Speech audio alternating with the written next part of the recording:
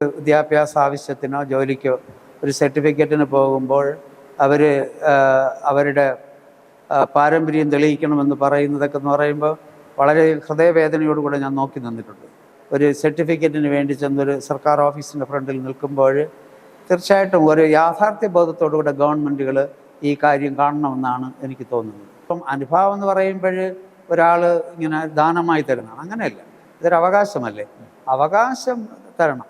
അതുകൊണ്ടാണ് പഴയ നിയമത്തിൽ നമ്മൾ വായിക്കുന്നുണ്ട്, ആമോസ് പ്രവാചകൻ്റെ പുസ്തകത്തിൽ വായിക്കുന്നു, നീതി എന്ന് പറയുന്ന ജലം പോലെ ഒഴുകട്ടെ. ഈ നെയ്യാറ്റിൻകര രൂപത ഇടക്കാലത്ത് നേരിടുന്ന ഏറ്റവും വലിയൊരു പ്രതിസന്ധി എന്ന് പറഞ്ഞാൽ പല പ്രതിസന്ധികളും നെയ്യാറ്റിൻകര രൂപതയ്ക്കകത്തുണ്ട്. സാമൂഹ്യപരമായിട്ടുള്ള ചുറ്റുപാടിൽ നോക്കുമ്പോൾ, പ്രത്യേകിച്ച് നമ്മുടെ വിദ്യാഭ്യാസപരമായിട്ടുള്ള കാര്യങ്ങളും അതുപോലെ തന്നെ സംവരണപരമായിട്ട് നോക്കുമ്പോൾ ലത്തീൻ സർട്ടിഫിക്കറ്റിൻ്റെ ഒരു ഇഷ്യൂ അല്ലെങ്കിൽ കൊടുക്കുന്നതായിട്ട് ബന്ധപ്പെട്ട് രൂപത പലപ്പോഴും പരാതി പറയുകയും റവന്യൂ അധികാരികളുടെ ചില തെറ്റായ നിലപാടുകളെ ചോദ്യം ചെയ്യുകയും ചെയ്യുന്നുണ്ട്.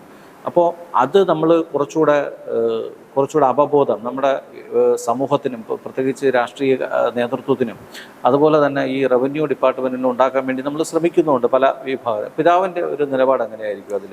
നമ്മുടെ പിതാക്കന്മാരും സമുദായ നേതാക്കളും അതിനുവേണ്ടി വളരെയധികം ത്യാഗത്തോടെ പ്രവർത്തിച്ചിട്ടുണ്ട്. 1996 ശ്രീ AK ആന്റണി സർക്കാരിൻ്റെ കാലത്താണ് ഒരു സർക്കുലർ വരുന്നത്, നമുക്ക് ഉപജാതി നോക്കാതെ സർട്ടിഫിക്കറ്റ് കൊടുക്കുക എന്ന് പറയുന്ന ആവശ്യം. അന്ന് തുടങ്ങി ഇന്നുവരെയുള്ള എല്ലാ കാര്യങ്ങളും ഞാൻ ഒക്കെ പരിശോധിക്കുകയും പഠിക്കുകയും ഫോളോ ചെയ്യുന്ന ആളാണ്. അപ്പോൾ അങ്ങനെ കൊടുക്കാമെന്നതുകൊണ്ട് വളരെ സ്മൂത്തായിട്ട് പോയിരുന്ന കാര്യങ്ങളാണ് ഇടയ്ക്ക് വെച്ച് വളരെ സങ്കുചിതമായ ചിന്താഗതികളും രാഷ്ട്രീയത്തിൻ്റെ അതിപ്രസരത്തിൻ്റെ ഭാഗമായും ഒക്കെ കടന്നുകൂടിയ ചിന്തകൾ ഇന്ന് നമ്മുടെ ഭരണചക്രങ്ങളിൽ അത് നിൽക്കുകയാണ്. നമ്മുടെ വില്ലേജ് ഓഫീസുകളിലൊക്കെ ഞാനൊരു ഇടവികാരി എന്ന രീതിയിൽ സാർ സൂചിപ്പിച്ചതുപോലെ ഞാൻ വളരെയധികം അഭിമുഖീകരിക്കേണ്ടി വന്നിട്ടുള്ള പ്രശ്നങ്ങളിൽ ഒന്നാണ് ഈ സർട്ടിഫിക്കറ്റ് ഇഷ്യൂ. അപ്പോൾ അങ്ങനെ വരുമ്പോൾ വളരെ കാലമായിട്ട് ഇപ്പോൾ പ്ലാത്താങ്കര പോലുള്ള വലിയ ഇടവകകളുടെ പാരമ്പര്യമായിട്ട് ഒക്കെ ഉള്ള കുടുംബങ്ങളിൽ നിന്ന് വരുന്ന കുട്ടികൾ, അവർ പോലും ഒരു വിദ്യാഭ്യാസ ആവശ്യത്തിനോ ജോലിക്കോ ഒരു സർട്ടിഫിക്കറ്റിന് പോകുമ്പോൾ അവർ അവരുടെ പാരമ്പര്യം തെളിയിക്കണമെന്ന് പറയുന്നതൊക്കെ എന്ന് പറയുമ്പോൾ വളരെ ഹൃദയവേദനയോടുകൂടെ ഞാൻ നോക്കി നിന്നിട്ടുണ്ട്.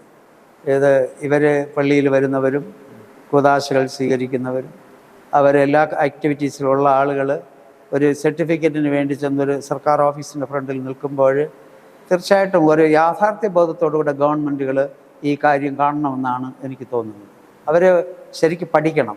ആരെങ്കിലും പറയുന്നത് കേട്ടിട്ടല്ല ചെയ്യേണ്ടത്. ഇത് കൃത്യമായിട്ട് ഇത് അവരുടെ ജനങ്ങളാണ്. ഇന്നുള്ള ഗവൺമെൻറ്റുകളുടെ എല്ലാം അവർ ആർക്കാണോ നന്മ ചെയ്യേണ്ടത്, ശുശ്രൂഷ ചെയ്യേണ്ടത്, ആ മക്കളാണ് ഇവർ.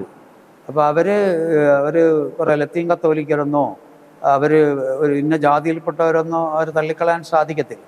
അവരും ഈ ഗവൺമെൻറ് കൃത്യമായിട്ട് പരിചരിക്കേണ്ട ഒരു സമൂഹമാണ്. അവർ ഉയർത്തിക്കൊണ്ട് വരണ്ടേ. അപ്പോൾ ആ തരത്തിലുള്ള കാര്യങ്ങൾ കുറച്ചുകൂടെ ഒരു തുറവിയോടുകൂടെ ഗവൺമെൻറ്റുകൾ ഇതിനോട് പ്രതികരിക്കണമെന്നൊരു അഭിപ്രായം എനിക്കുണ്ട്.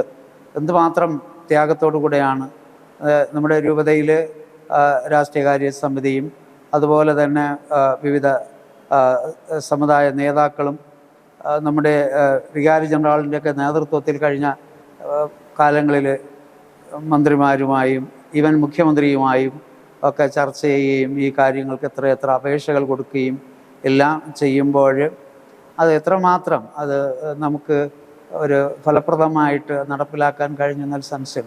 ശ്രമിക്കാത്തത് കൊണ്ടൊന്നുമല്ല, നന്നായിട്ട് ശ്രമിക്കുന്നുണ്ട്, നന്നായിട്ട് ത്യാഗത്തോടുകൂടെ പ്രവർത്തിക്കുന്നുണ്ട്. എന്നാൽ അതിനോട് ഒരു അനുഭാവം എന്ന് പറയുമ്പോൾ ഒരാൾ ഇങ്ങനെ ദാനമായി തരുന്നതാണ്, അങ്ങനെയല്ല. ഇതൊരു അവകാശമല്ലേ, അവകാശം തരണം. അതുകൊണ്ടാണ് പഴയ നിയമത്തിൽ നമ്മൾ വായിക്കുന്നുണ്ട്, ആമോസ് പ്രവാചകൻ്റെ പുസ്തകത്തിൽ വായിക്കുന്നു, നീതി എന്ന് പറയുന്ന ജലം പോലെ ഒഴുകട്ടെ. നീതി അനർഗളമായിട്ട് ജലം പോലെ ഒഴുകട്ടെ. അത് കാണാനാണ് എല്ലാവർക്കും ഇഷ്ടം. നീതി നടപ്പിലാകുന്നു എന്ന് സമൂഹത്തിൽ മനസ്സിലാക്കുമ്പോൾ ഗവൺമെൻറ്റുകളെയൊക്കെ എല്ലാ മനുഷ്യരും ശ്ലാഘിക്കും. അവരുടെ പ്രവർത്തനങ്ങൾ മെച്ചമാണെന്ന് പറയും. അവർക്കൊക്കെ ഈശ്വരാനുഗ്രഹം ഉണ്ടാകും.